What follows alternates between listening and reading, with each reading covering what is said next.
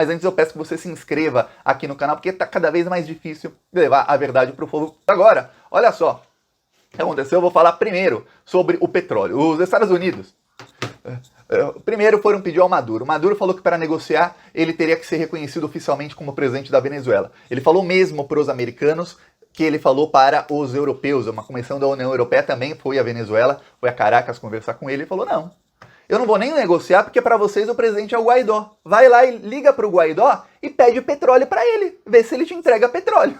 Pois bem, o que acontece é o seguinte, isso já faz 2 semanas e não reconheceram ainda o Maduro oficialmente como presidente. Então ele nem começa a negociar. Mas o que a Venezuela disse para os Estados Unidos é o seguinte: olha, no mínimo, vocês vão ter que libertar os venezuelanos presos. Há alguns venezuelanos que estão presos ilegalmente, tanto nos Estados Unidos como na Europa, por fazerem parte do governo Maduro, simplesmente por fazerem parte do governo, e vocês precisam devolver o dinheiro venezuelano que foi roubado. Roubaram, isso é roubo, viu? Roubaram, congelaram 30 bilhões de dólares da Venezuela, que eram reservas internacionais que estavam no Reino Unido. Isso é roubo, você congela reservas de outro país. Imagina um país investe no outro, e foi exatamente isso que aconteceu. Esse outro país chega e fala: olha, eu não gosto do seu governo, acho que vocês não são democráticos, então eu estou aqui congelando suas reservas. Ao mesmo tempo em que esse outro país não congela reserva de ditaduras. Por exemplo, a Inglaterra não congela reservas da China. Congela? Não. E olha que a China nem é uma ditadura ruim pro povo, que lá o povo tá cada vez melhor na vida. Não congela reservas, agora vamos falar de ditaduras mesmo, ditaduras que acabam com a vida do povo, da Arábia Saudita, dos Emirados Árabes Unidos, do Bahrein e do Catar, que são ditaduras onde poucas pessoas, principalmente estrangeiros que moram lá, são muito ricas, e 90% da população é extremamente pobre. A grande mídia só mostra a parte rica desses locais. Não mostra a pobreza, a miséria, as leis extremamente duras contra quem não fizer a lei. Você pode ser preso lá por qualquer motivo. Até mulher usava saia e era presa nesses países. Aí eles não têm as reservas, eles não têm reservas congeladas. A Venezuela tem. A Maduro falou: não, ou vocês fazem tudo isso que a gente quer, ou a gente nem começa a negociar. Tá, paralisou ali a negociação. Aí, com o Irã não quis conversar com os Estados Unidos, jogou bomba no consulado norte-americano, e esse é um evento que eu vou te falar o simbolismo desse evento.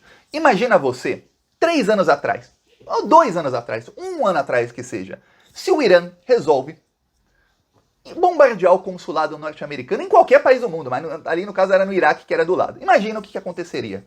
Os Estados Unidos iam bombardear o Irã, acabar com o Irã, iam varrer o Irã do mapa em 10 segundos. Fizeram o quê? Nada. Absolutamente nada. Minimizaram. Falaram: não, as bombas não caíram no consulado, caíram nos arredores, destruíram outras coisas, não o consulado tá lá. E não mostraram até... Faz 1 semana que eu tô pesquisando e eu não acho foto desse consulado inteiro. Não acho. E o Irã falou: não, as bombas foram no consulado. Então, no mínimo, mesmo se não tivesse caído lá, a intenção era essa. Os Estados Unidos não fizeram nada, por quê? Porque precisam de petróleo. Pois bem, o Irã disse: só aceitaremos negociar se vocês tirarem a guarda iraniana, a guarda revolucionária iraniana, da lista de organizações terroristas. Se não, nada feito. Aí deu ruim. Sabe por que deu ruim? Porque o governo Joe Biden aceitou pensar no caso. Quando aceitaram pensar no caso, o primeiro-ministro de Israel, isso foi ontem, o primeiro-ministro de Israel fez o seguinte: ele falou: não, vocês estão pegando a pior, segundo Israel, eu vou falar, Israel não é também tão longe de ser exemplos de alguma coisa, mas segundo Israel, essa é a pior organização terrorista ativa no mundo hoje, porque diferente do Estado Islâmico, da Al-Qaeda e de outras organizações terroristas de hoje e dos últimos anos, a Guarda Revolucionária Iraniana tem financiamento direto do governo iraniano. Então, e eles ainda têm alvos, cidadãos americanos e israelenses, que eles querem matar. Então, tirá-los da lista de organização terroristas faz com que eles tenham liberdade exatamente para matar esses alvos e para continuarem fazendo atos terroristas. Isso falou o primeiro-ministro de Israel, e eu vou falar. De muito tempo que eu acompanho geopolítica e de muito que eu já li e tudo mais, de livros antigos e tudo mais, eu vou te falar. São poucas vezes na história em que eu vi declarações tão duras de Israel contra os Estados Unidos. Muito duras declarações do primeiro-ministro de Israel contra os Estados Unidos. Tá, mas falei, tá desandando a maionese. Até aliados de sempre estão se desandando aí. Ok.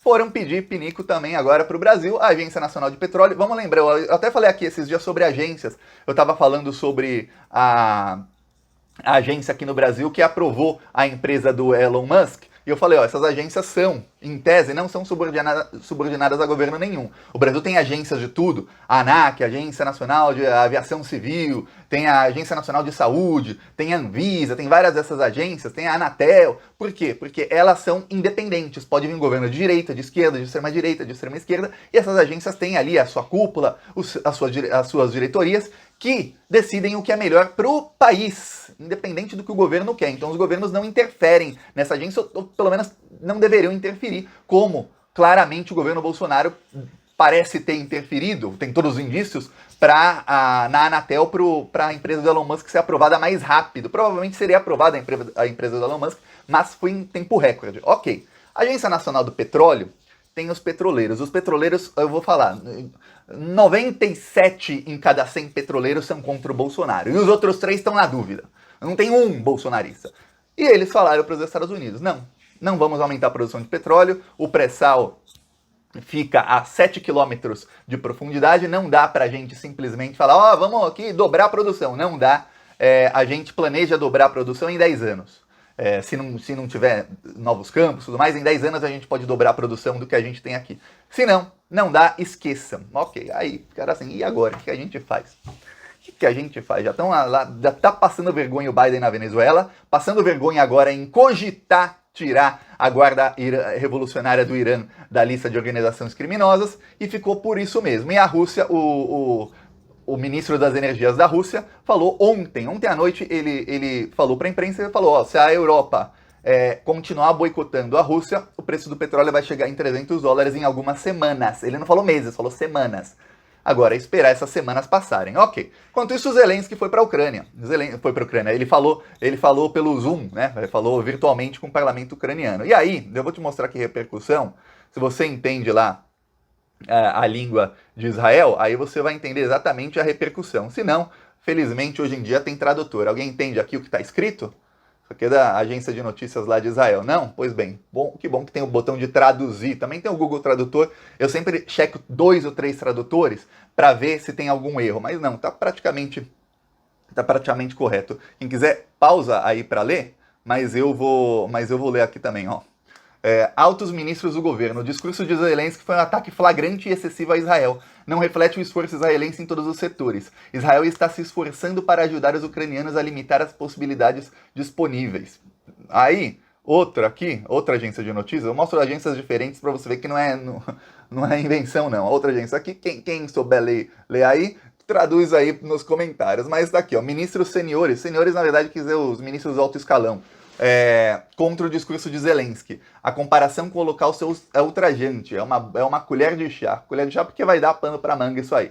Pois bem, aí tá aqui, eles colocam a imagem aqui do Zelensky falando lá no parlamento. O que falou o Zelensky no parlamento israelense? Meu Deus, eu fico com vergonha só de ter que falar o que ele falou. Ele foi lá em Israel, onde todos são judeus, e ele comparou a guerra na Ucrânia com o Holocausto. Falou, o que está acontecendo lá é como o Holocausto, vocês sabem muito bem, vocês também sofreram as mesmas coisas, tudo mais. Ele vai falar isso para os judeus. Uma guerra em que em 20 dias, 22, 23 dias, morreram menos de 1.000 civis. Menos de 1.000 pessoas morreram na guerra, em 20 dias. Ele está comparando com o Holocausto que matou 6 milhões de pessoas. É isso. Eu falo, felizmente, é que eu vejo que muitas pessoas de esquerda estão abrindo os olhos nas últimas semanas, porque, logo que começou a guerra, tava Nossa Senhora, eu nunca vi tanta gente de esquerda ser, assim, alienada pela grande mídia. Agora estão abrindo os olhos, finalmente, e vão continuar abrindo os olhos cada vez mais. É isso. Falou.